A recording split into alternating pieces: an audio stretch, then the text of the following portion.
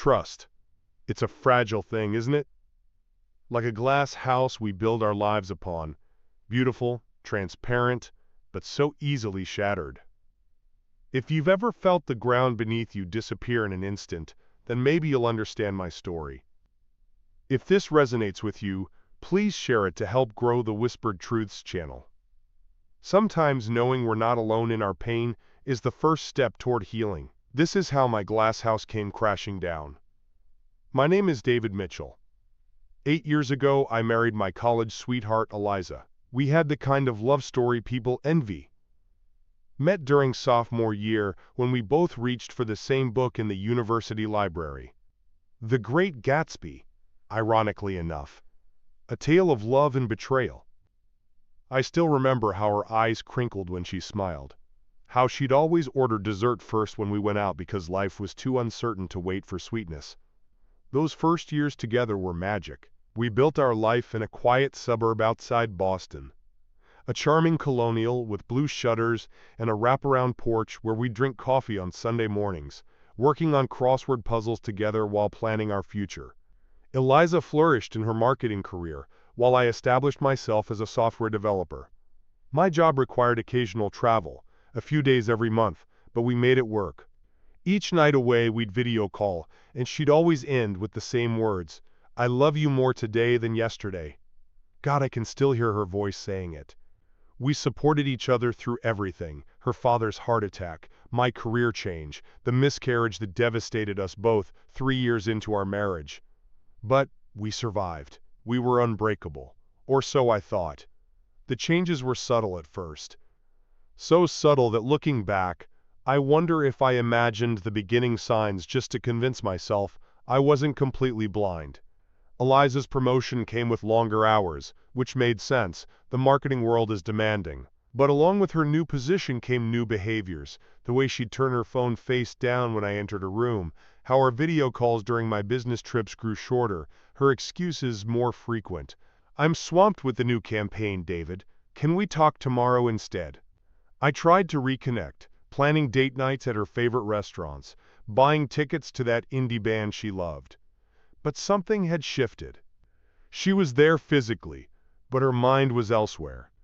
I'd catch her smiling at her phone, and when I'd ask what was funny, she'd say, "Just work stuff," in a dismissive tone I'd never heard before. Then came the new perfume, something spicy and unfamiliar, not the light floral scent I'd given her for our anniversary every year. New clothes appeared in her closet, styles slightly bolder than her usual choices. When I complimented a silky blouse I hadn't seen before, she casually mentioned a work wardrobe upgrade that came with her promotion. But the most telling change was in her eyes. That sparkle when she said "I love you" had dimmed. The words were there, but the feeling behind them had hollowed out. But as I stared at the unfamiliar perfume bottle on our bathroom counter, something inside me whispered that her late nights at work might not be the only secret she was keeping.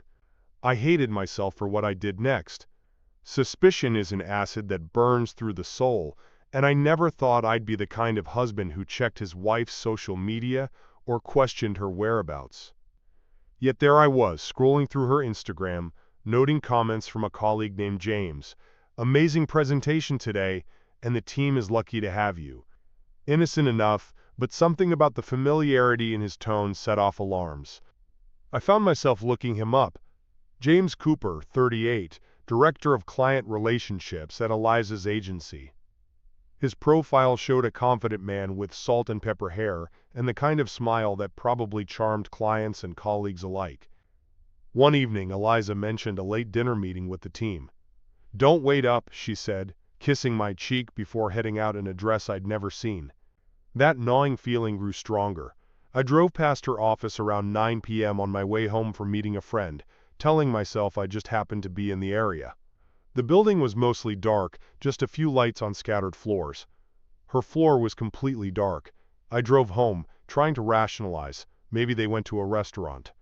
Maybe they moved to a different conference room. But when she came home after midnight, flushed and smelling of wine and that new perfume, I couldn't ignore the text that lit up her phone on the nightstand. Tonight was perfect. Same time Thursday? It was from James. She was in the shower, and I felt physically ill, standing there in our bedroom staring at those words. My world began to crack around the edges, but I still clung to hope. Maybe perfect referred to a successful client meeting.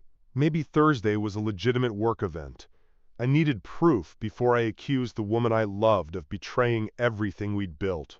The proof came 3 weeks later, on what should have been a celebration. Our wedding anniversary fell during a business trip I had to Chicago, but I arranged to fly home a day early to surprise her with flowers and reservations at the restaurant where we'd had our first date.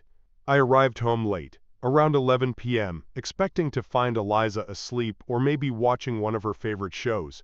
Instead, I found an empty house. Her car wasn't in the garage. I called her cell, straight to voicemail. I texted, no response. A sickening feeling washed over me as I called her office, knowing no one would answer at this hour but needing to eliminate any innocent explanation.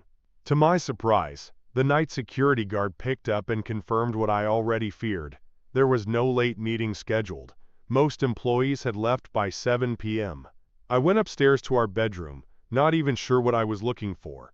In her nightstand drawer beneath her journal, I found a hotel keycard sleeve from the Westlake Hotel downtown. The date stamped on the receipt was from 2 weeks ago, when I was in Seattle for a conference. With trembling hands, I opened my laptop and logged into our shared iCloud account. We had always shared locations with each other, a safety measure we'd implemented years ago and never thought to change. I checked her location history, my heart pounding so hard I could feel it in my fingertips as I typed. The pattern was undeniable. Every Tuesday when I traveled, her phone spent hours at the Westlake Hotel. I grabbed my keys. I needed to see this place for myself, even though I knew the truth would destroy everything I believed about our marriage. Before I left, some desperate instinct made me check her archived emails. Eliza was organized to a fault, never deleted anything but meticulously filed it away. In a folder labeled Agency PR, buried among hundreds of work-related messages, I found them. Dozens of exchanges between her and James. I only had to read a few lines to confirm my worst fears. I can't stop thinking about you. Last night was incredible. I've never felt this way before. And the most painful, what we have is real, James. With David, I'm just going through the motions. Have you ever felt your entire world collapse in a single moment?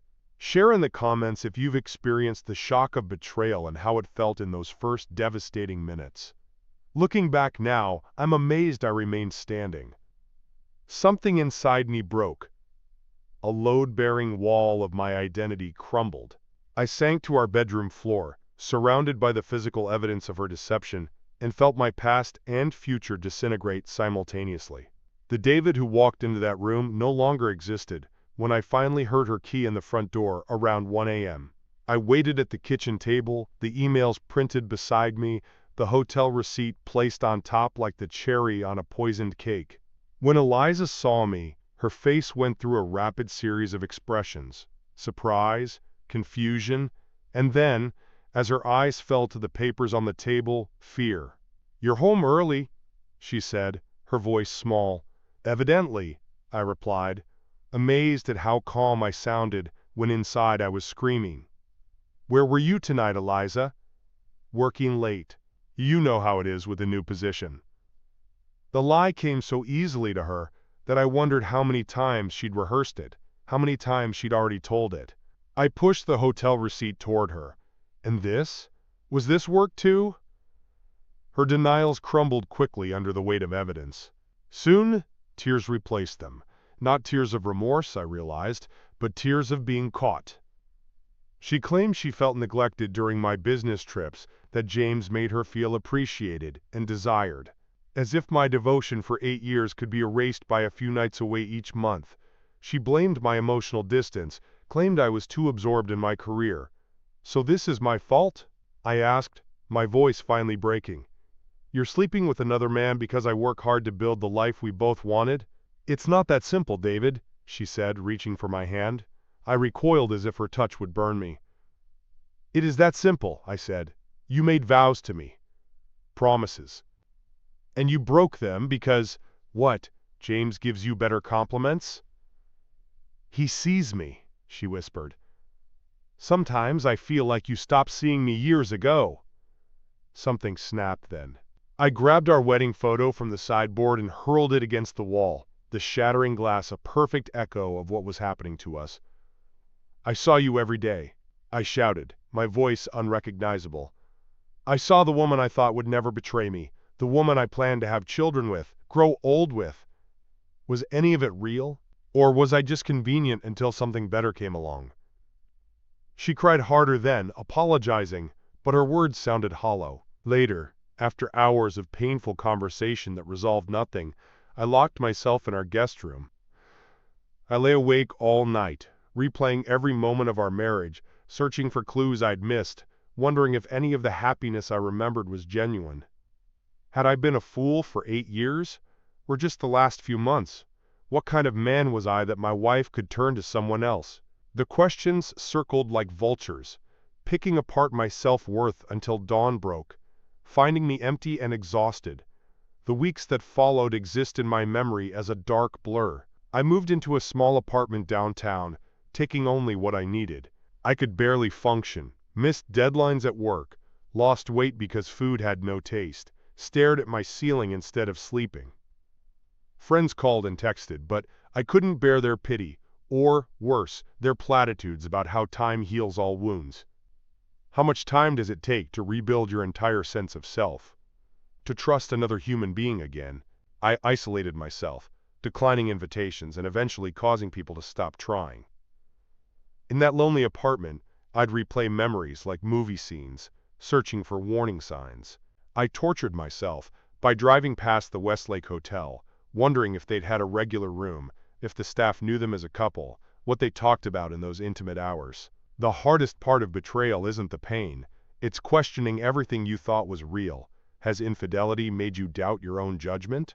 Tell us how you began trusting yourself again. For me, this was the darkest period. I doubted every decision I'd ever made, every relationship I'd valued. If I could be so wrong about the person I trusted most, what else was I blind to? One night, after too many whiskeys, I called Eliza repeatedly. The first call, I begged her to explain how she could throw away everything we had. The second, I told her about a dream I'd had where we were still happy. By the third call, I was angry, telling her I hated what she'd become, that she'd destroyed us both. She answered each time, taking my verbal lashings, crying, apologizing. It brought no relief, only shame the next morning. I'd hit bottom.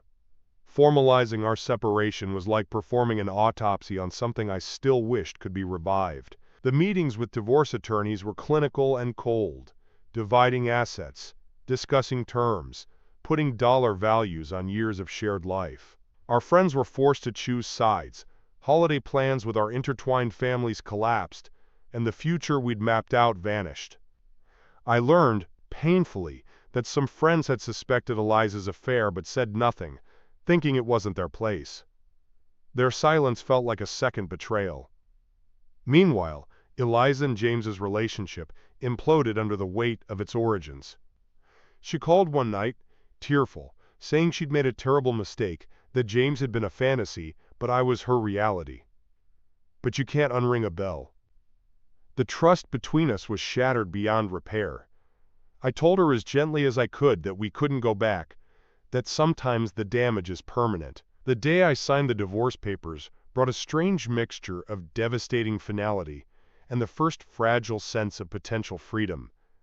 Healing didn't come quickly or easily. For months I was a ghost of myself, going through motions without feeling. But eventually, almost without noticing, tiny changes began. I joined a support group for people healing from infidelity, and for the first time since Discovery Day, I felt truly understood. These strangers knew exactly what it was like to have your reality shattered, to question your worth, to struggle with trusting again. Their stories mirrored mine in different ways, and their progress gave me hope. I started seeing a therapist who helped me understand that Eliza's choices reflected her character, not my value. We worked through my tendency to blame myself, to assume I hadn't been enough. I confronted my own vulnerabilities without accepting blame for her betrayal. Slowly, I reconnected with old hobbies: photography, hiking, playing guitar, finding pieces of my pre-marriage self that had been subsumed in our relationship. 6 months after the divorce finalized, I ran into Eliza at our old favorite coffee shop. I'd avoided our usual places for so long, but that morning I decided I deserved to reclaim spaces that had meaning to me. Seeing her was like looking at someone from a previous life, familiar but distant. We exchanged awkward pleasantries, and I was surprised to discover that while the pain was still there, it had dulled. Her presence didn't devastate me anymore. That night, I wrote her a letter I never intended to send. Not to reconcile or blame, but to release the last of my anger. I acknowledged that while her betrayal had changed me forever, it hadn't broken me. After finishing the letter, I slept through the night without nightmares for the first time in over a year. Gradually, I rebuilt. I developed deeper friendships with people who had stood by me, including my colleague Michael, who had gone through a similar experience years before. I focused on my career, eventually earning a promotion that allowed me to travel less and develop more meaningful projects. I even went on a few dates, awkward at first, then increasingly comfortable as I realized that opening up again wasn't a betrayal of my experience, but a testament to my resilience. I won't pretend I'm completely healed. There are still days when a song or a scent will trigger memories, when I wonder about the children Eliza and I never had, when I question if I'll ever trust deeply again. But those moments no longer derail me. I've learned that recovery isn't about forgetting or even necessarily forgiving. It's about integrating the experience into your life without letting it define you. The shattered glass house of my marriage can never be rebuilt, but from its fragments, I've constructed something new, something perhaps less perfect but stronger, with a beauty made more precious by its brokenness. If you're in that dark place now, please know that the pain isn't permanent. The person who emerges from this crucible will be different, but not diminished. I sometimes think about reaching out to Eliza, not to reconnect but to thank her.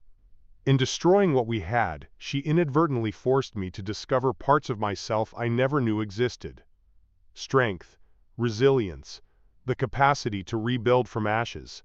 But some conversations are better left in the realm of imagination. This journey through betrayal has taught me that while trust once broken is never quite the same, our capacity to heal is greater than we know. The heart is more resilient than we give it credit for, and sometimes the most profound growth comes from our deepest wounds. If my story has touched you in any way, please share it with someone who might need to hear that there is life, rich, meaningful life, after betrayal. The Whispered Truths channel exists because we all need reminders that we're not alone in our darkest moments. Your story matters too.